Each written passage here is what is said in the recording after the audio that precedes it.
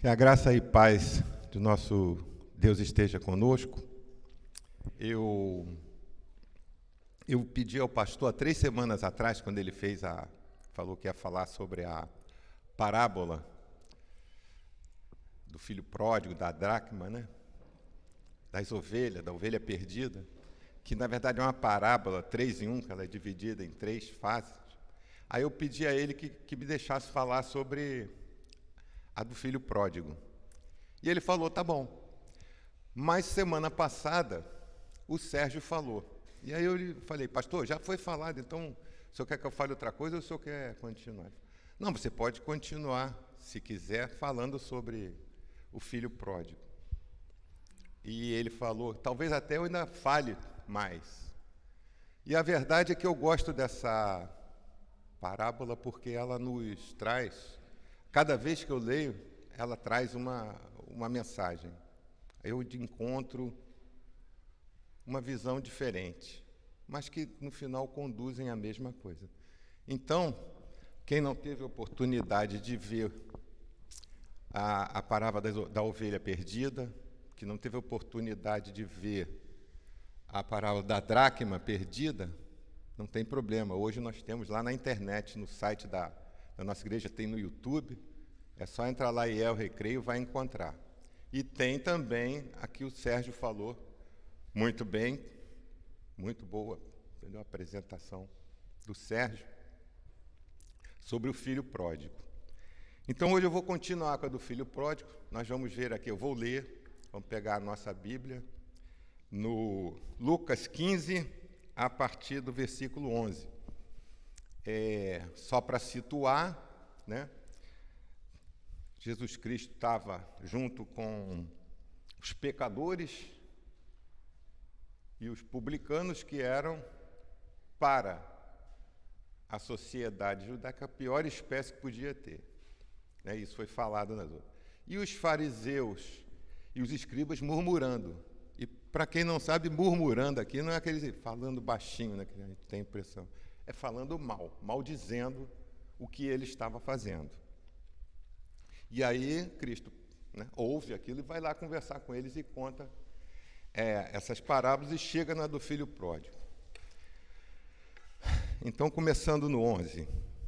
E disse, um certo homem tinha 2 filhos, e o mais moço deles disse ao pai, pai, dá-me a parte dos meus bens que me pertence.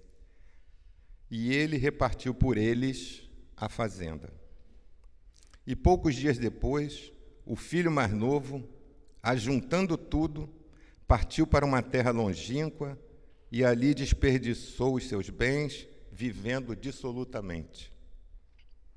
E havendo ele gastado tudo, houve naquela terra uma grande fome e começou a padecer necessidades. E foi e chegou-se a um dos cidadãos daquela terra, o qual o mandou para os seus campos a apacentar porcos. E desejava encher o seu estômago com as bolotas que os porcos comiam, e ninguém lhe dava nada. E tornando em si, disse, quantos empregados de meu pai têm abundância de pão, e eu aqui pereço de fome? Levantar-me-ei e irei ter com meu pai, e dir-lhe-ei, pai, pequei contra o céu e perante ti. Já não sou digno de ser chamado teu filho. Faze-me como um dos teus empregados. E levantando-se, foi para o seu pai.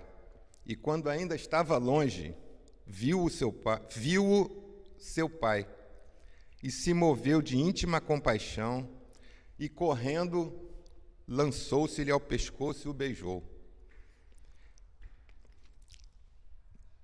E o filho lhe disse, pai, pequei contra o céu e perante ti, já não sou digno de ser chamado teu filho. Mas o pai disse aos seus servos, trazei depressa a melhor roupa e vesti-lhe, e ponde-lhe um anel na mão e sandálias nos pés. E trazei o bezerro cevado e matai-o, e comamos e alegremo-nos. porque este meu filho estava morto e reviveu. Tinha se perdido e foi achado. E começaram a alegrar-se.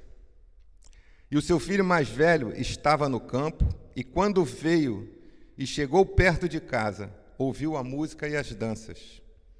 E chamando um dos servos, perguntou-lhe o que era aquilo. E ele lhe disse: veio teu irmão, e teu pai matou o bezerro cevado, porque o recebeu são e salvo. Mas ele se indignou e não queria entrar. E saindo o seu pai, rogava-lhe que entrasse com ele. Mas respondendo ele, disse ao pai: eis que te sirvo há tantos anos, sem nunca transgredir o teu mandamento, e nunca me deste um cabrito para alegrar-me com meus amigos.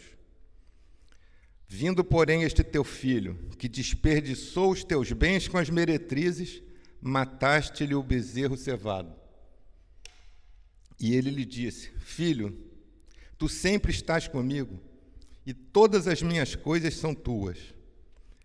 Mas era justo alegrarmos-nos e folgarmos, porque este teu irmão estava morto e reviveu, e tinha se perdido e achou-se. Bom, nós fizemos um curso agora com um pastor, né? Nós tivemos uma reunião que durou, um estudo que durou 12 semanas, 3 meses, né? E cada semana tinha uma historinha e sempre tinha aquela pergunta: aonde você está nessa história, né? Como é que você se encaixa nessa história? Durante 12 semanas fazia essa perguntinha. E essa perguntinha cabe aqui, nessa história aqui, aonde é que nós estamos? Nós temos aqui, se formos pegar as 3 partes da parábola, as situações são semelhantes. Parecia que Jesus está tentando não deixar dúvida para quem estivesse ouvindo do que ele estava falando. Então, nós tínhamos lá os publicanos e os pecadores, nós tínhamos os fariseus e os escribas falando mal, né, do que Cristo está fazendo, se juntando com gente da pior espécie, e ele começa a falar: quem de vocês que tem 100 ovelhas, perde uma, não deixa as outras e vai procurar a que está perdida, e quando a encontra, fica feliz e faz uma festa? E a mulher que se perdeu um dracma, na verdade um dracma não era muito dinheiro, mas para aquela mulher tinha um valor absurdo. Os fariseus podiam olhar e falar: o que é um dracma? Mas para ela era muito importante, e ela só sossegou quando encontrou. E aí fala do pai, né? O pai. Naquela cultura, pedir que o pai desse a herança era a mesma coisa que dizer que queria que ele morresse. Essa é a verdade. Você chegar e falar: pai, eu quero a minha parte na sua herança. Eles lá, o povo lá entendia assim. Primeiro que isso nunca ia acontecer. Foi não crescendo, né? Jesus Cristo foi mostrando as coisas não crescendo. Usou mulher como exemplo e depois coloca uma situação que não era aceitável ali para o judeu, para aquele povo árabe. Judeu e árabe, aquela região ali, eles não aceitavam isso. Aí, como é que um filho vai pedir ao pai a fortuna? Está querendo que ele morra. Poderia até ser apedrejado, mas esse pai não. Ele dividiu a fortuna. E se vocês prestarem atenção, está dizendo aqui que ele deu para eles. Ele não deu só para ele.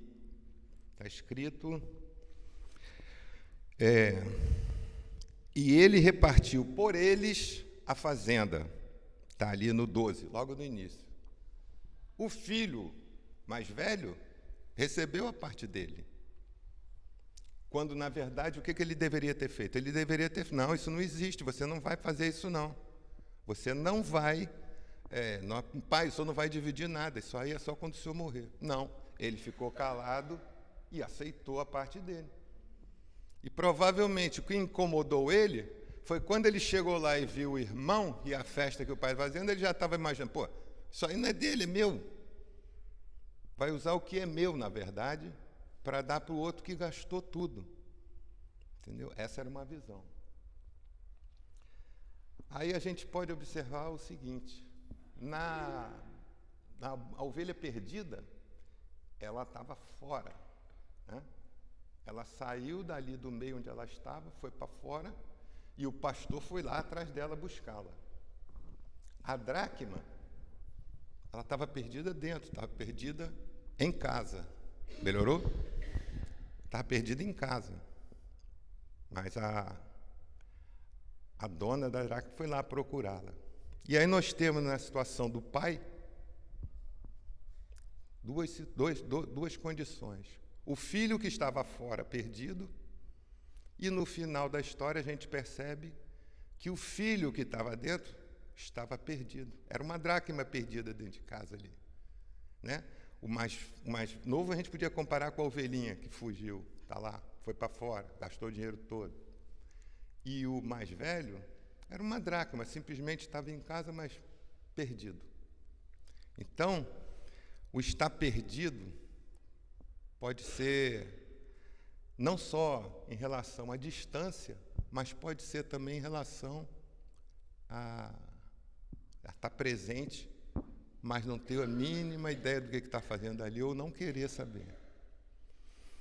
Então estava ali Jesus falando com as pessoas, né? Ovelhas, porque sem ovelhas elas não são diferentes, não se questiona, todo mundo é ovelha ali, né?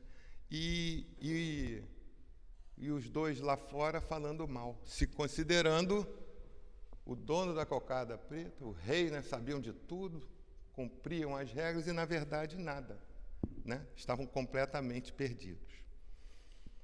E o que a gente tem que tirar dessa história, além de ver onde é que nós estamos nessa história? Nós somos ovelha perdida, fomos encontradas, que eu acho que eu no meu caso, eu sou ovelha perdida que um dia apareceu aqui, né? E fui recebido. E vejam que o pai foi buscar ele não esperou, não foi atrás, antes que ele chegasse, podia ser até que ele não conseguisse entrar em casa, estava descalço, maltrapilho, e o pai, se for ver como se morava lá, o pai era a fazenda, era o último lugar que se chegava, podiam até não deixar. O pai, quando viu, foi atrás, porque ele estava esperando. Ele pegou o novilho cevado, eles tinham vários, isso é normal lá, manter sempre novilhos cevados para quando tiver uma ocasião especial, oferecer. Mas quando ele falou era o melhor que ele tinha lá, que ele guardou para aquele filho, porque ele tinha a esperança de que o filho voltasse. E aí, quando o filho chega, ele o recebe. E o outro filho fica, vamos dizer, revoltado, não aceita a situação. Como é que o senhor recebe? Como é que o senhor, né? Voltando para o início, fala com publicanos e pecadores? O filho fala: como é que o senhor vai receber ele, que gastou o dinheiro com prostitutas, né? Pensando no que era dele. E aí a história continua. O pai fala, ele estava perdido e foi achado, ele estava morto e agora está vivo. E ele convida o filho para voltar, para entrar e participar da festa. E aí, o que é que vocês acham que acontece nessa história? O que acontece nessa história? O que acontece, nós não sabemos. Com fariseus, eles entenderam e aceitaram ou não? E nós que estamos aqui, somos uma dracma perdida ou estamos encontrados? Nós, como igreja, estamos fazendo como a mulher que perdeu a dracma, tentando encontrar a que está perdida ali, não saiu de casa? Nós, como igreja, não pessoalmente, como igreja, estamos indo atrás da ovelha perdida, do filho que se afastou, estamos esperando? Essa é a nossa função. O que Cristo estava fazendo é o que nós temos que fazer como igreja, né? Temos que nos alegrar quando uma ovelha foi encontrada, temos que nos alegrar quando o filho pródigo voltar, e temos que procurar dentro de casa aquela dracma perdida. De tudo isso nessa história, que é incontestável que tem nas três, é o amor do pai para com os seus filhos, da mulher com a sua dracma e do pastor com a sua ovelha. Um amor incondicional. Incondicional, deu o que tinha, e quando o filho se arrepende, ele pega e leva ele para casa sem pedir nada e faz uma festa. Nos três casos tem festa no céu. Entendeu? Deus faz festa no céu. Então nós temos que fazer essa história continuar, né? Porque a nossa missão é buscar as ovelhas que estão perdidas, encontrar as dracmas que estão perdidas, né? E nos alegrarmos, e não fazer como fez eu contei isso na aula, a minha esposa ajudou uma amiga dela de Manaus que estava querendo ajudar uma senhora que tinha 2 filhas e não tinha uma casa, tinha um buraco lá que elas moravam, e minha esposa movimentou as amigas dela, no final construíram uma casa em Manaus. E essa senhora era de uma igreja, recém-convertida. E a conversa de alguns da igreja foi a seguinte: mas logo ela conseguiu isso tudo, conseguiu uma casa recém-convertida. Nós aqui há anos na igreja não conseguimos nada, né? Então, assim, ao invés de se alegrarem, né, com a felicidade da ovelha, estavam reclamando porque não tinham. Então, essa é mais uma, vamos dizer assim, colocação que nós temos para pensar em relação a essa parábola, né? Dentre as várias outras que nós já ouvimos aí. Mas o que é fato, né, que nós não podemos esquecer, é que quando nós éramos ovelhas perdidas, nós fomos recebidos com um amor incondicional de Deus. Nos aceitou do jeito que nós somos e não nos pediu nada. Era isso que eu tinha para transmitir. Espero que tenha contribuído, pelo menos colocar a gente para pensar um pouco nisso, né? Fazer uma pequena oração.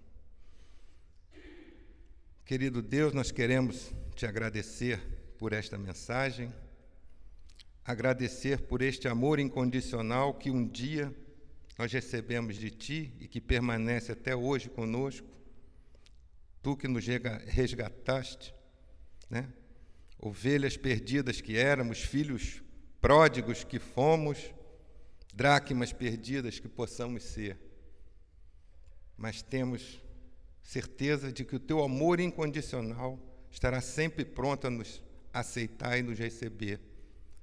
E que a nossa contribuição como igreja para o Teu reino seja trazer outras ovelhas, encontrar outras dracmas e trazer os filhos, mais filhos pródigos junto de Ti, para que possamos ter a cada dia do nosso encontro uma festa no céu, que os anjos digam amém.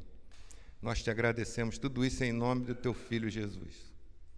Amém.